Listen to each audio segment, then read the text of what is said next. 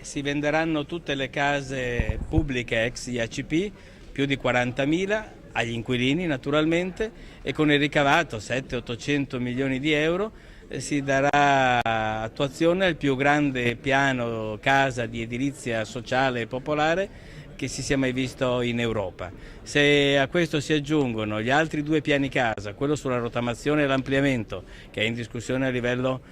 governativo e che la Regione ha già anticipato, e quello per la costruzione di mini alloggi, per cui la Regione Veneto avrà circa 60-70 milioni di euro e che è già legge dal luglio scorso, siamo di fronte al più grande impegno sulla casa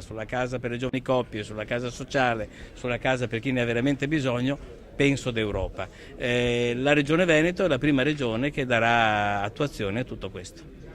La competenza è delle regioni, lo Stato ha solo una competenza di orientamento strategico e la Regione Veneto ha detto di sì. Spero che tutte le regioni italiane facciano altrettanto.